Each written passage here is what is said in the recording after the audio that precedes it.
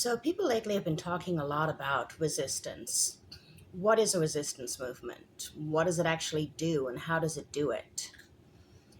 At its simplest, resistance movement consists of an organized effort by civilians or groups to oppose or undermine an established government, occupying power, or oppressive authority, often aiming to disrupt its control and restore autonomy to the people.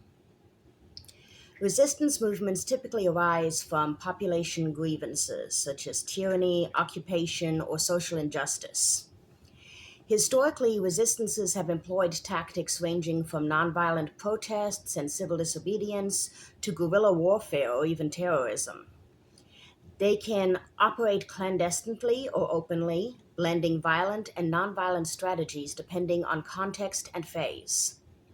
The term resistance gained prominence during World War II, notably with the French resistance against Nazi occupation. But similar efforts existed earlier, such as during the American Revolution. Post World War II examples include anti colonial struggles, the anti apartheid movement in South Africa, and the Arab Springs uprising, among others.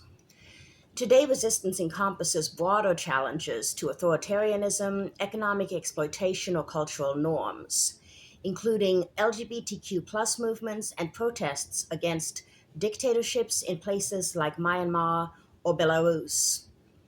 The U.S. Department of Defense uses a more technical definition focused on civilian resistance to occupying or hostile regimes, especially in the context of unconventional warfare.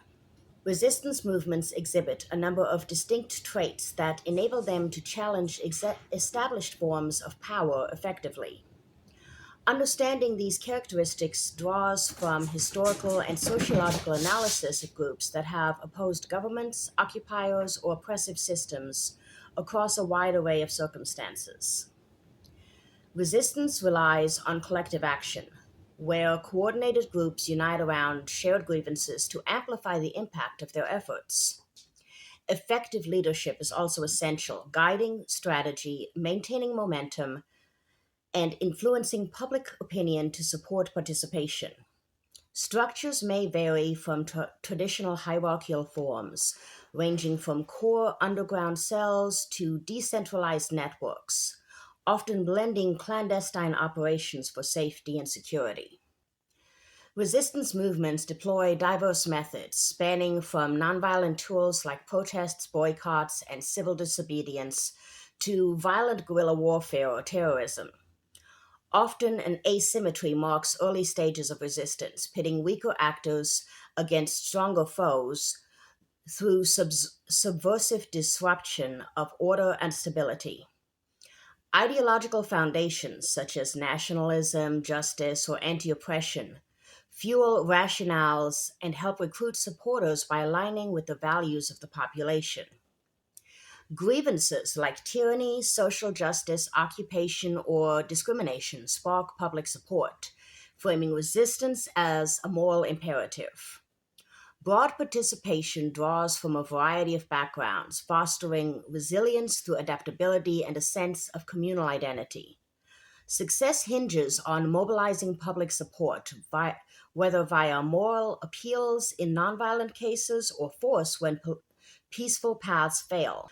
Successful resistance movements of the 20th and 21st centuries combined nonviolent disruption, armed insurgency, and adaptive strategies to undermine opponents. Tactics evolved with technology and context, prioritizing mass participation, dilemma actions such as forcing repressive responses, and sustained pressure. Major 21st century resistance movements have employed evolving tactics, heavily influenced by digital tools, nonviolent strategies, and adaptation to repression. Common approaches include mass protests, social media mobilization, non cooperation, and symbolic acts with variations by context. Nonviolent methods dominate, with protests for visibility, non cooperation, such as strikes and boycotts for disruption, and digital tools like encryption or mirrors for coordinating and spreading information while guarding against censorship. Movements like those in Hong Kong and the Arab Spring prioritized saying or appeals early on, shifting to not doing or non cooperation amid crackdowns. Hybrid elements appear in Myanmar, blending civil resistance with armed struggle as parts of the movement shifted through strategy in response to severe repression. Overall, 21st century tactics emphasize decentralization, rapid adaptation, and global amplification via internet tools. Empirical studies, most notably Erica Chenoweth and Maria Stefan's analysis of hundreds of campaigns from 1900 to 2006, show that nonviolent movements succeeded roughly twice as often as violent ones. Their research also found that no nonviolent campaign that mobilized at least 3.5% of the population failed, though many successful movements operated below that threshold. Nonviolent campaigns tend to generate loyalty shifts among security forces, leverage media to globalize grievances, and use phased tactics: protests for visibility, non cooperation for disruption, and mutual aid for resilience.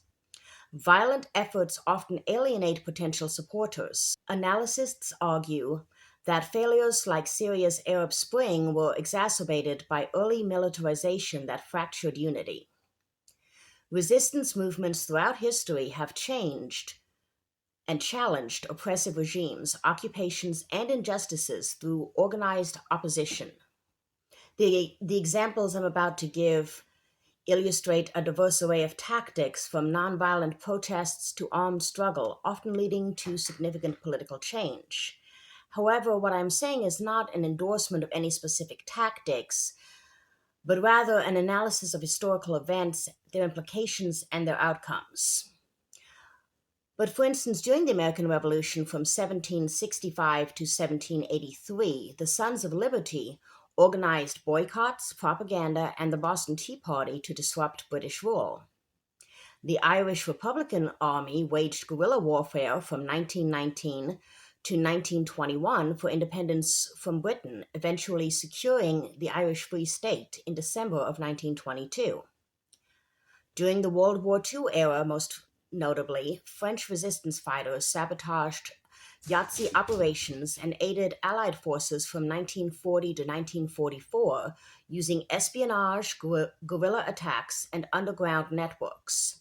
They sabotaged rail lines, thousands of trains were disrupted, and relayed intelligence to the Allies, including information relevant to D-Day. They also helped large numbers of workers evade forced labor through hiding and smuggling networks and conducted marquee guerrilla ambushes in the Vercors region.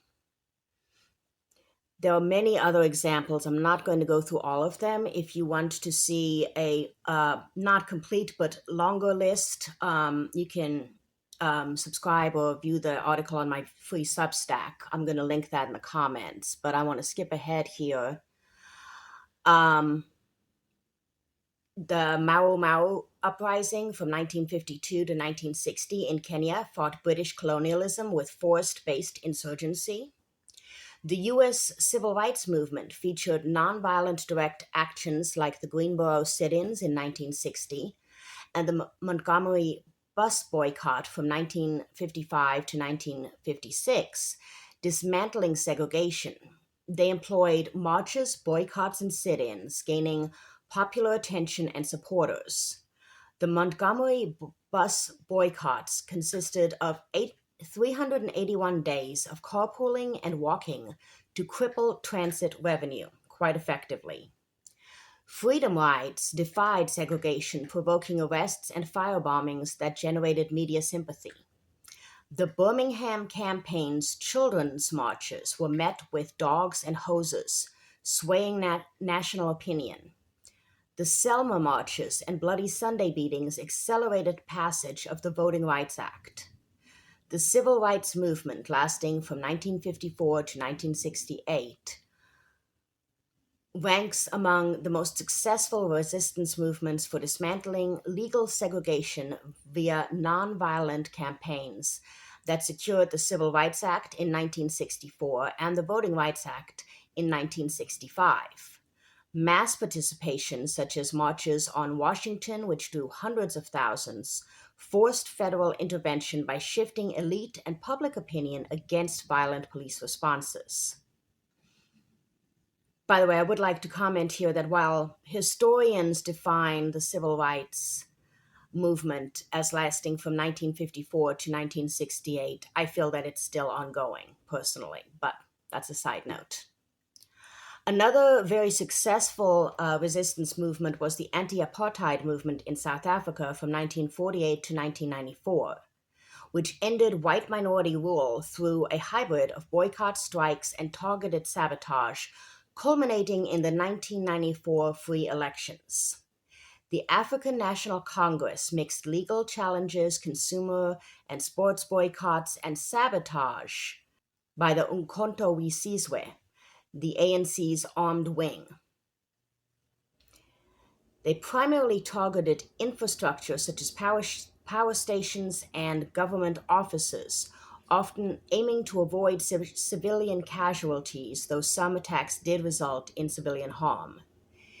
International sanctions amplified internal strikes, and township uprisings, like the student uprising at Soweto, morally and economically isolated the regime, contributing to its collapse.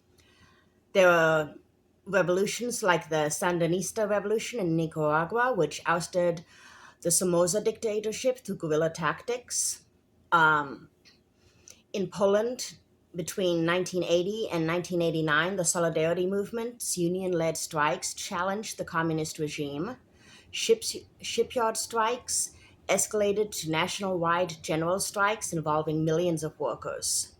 Underground printing of newspapers, such as Solidarity Weekly, circulated widely, and mass pilgrimages with Pope John II sparked public support. Non-cooperation included factory slowdowns and ballot invalidation in rigged elections. These efforts led to legal recognition, roundtable talks, and eventually triggered Soviet withdrawal. The People's Power Revolution in the Philippines in 1986 exemplifies nonviolent success, with massive crowds, often estimated in the millions, blocking military coups and forcing Marcos' exile. A rapid escalation from fraud protests won key defections. Another example of an extremely successful nonviolent revolution was the Velvet Revolution in Czechoslovakia in 1989, which nonviolently ended communist rule via mass protests. Student-led marches grew to hundreds of thousands. General strikes reached extraordinary participation levels, sometimes estimated as up to 90%, and theater occupations sustained momentum. Regime overreaction spurred army neutrality, leading to its removal. Black Lives Matter from 2013 to the present, peaking in 2020 with the George Floyd protests, fights police brutality across dozens of countries. They employ street protests, die-ins, boycotts, live streaming, viral videos, and hashtags.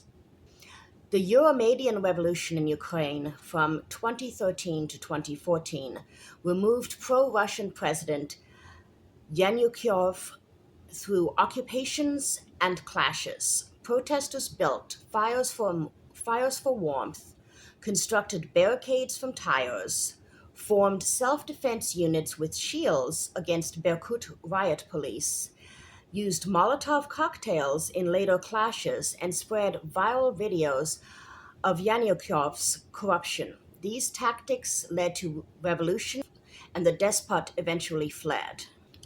Hong Kong's pro-democracy protests from 2019 to 2020 opposed extradition laws and Beijing's control, with millions marching. They used marches, barricades, airport blockades, flash mobs, and Lenin walls of posters. They also utilized Telegram, LHKG forums, and VPNs to coordinate and evade surveillance. Tactics included water mobility, airport occupations, Lenin walls, subway disruptions, and the Five Demands, including universal suffrage.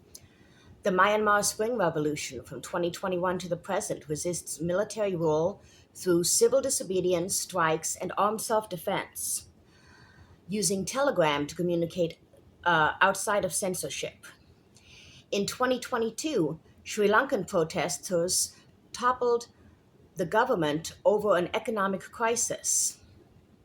In 2024, the Bangladeshi student led uprising forced Prime Minister Hasina's resignation, a moment widely described as a major turning point in the country's political trajectory. Looking across all these movements, one theme stands out. Resistance is never abstract. It is lived by people who risk their safety, their livelihoods, and sometimes their lives to confront systems that deny them dignity.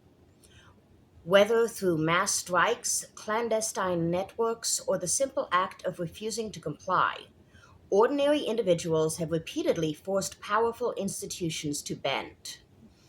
The success of nonviolent campaigns is not an accident. It reflects the moral and strategic force of mass participation, the ability to expose repression, and the power of solidarity to erode fear.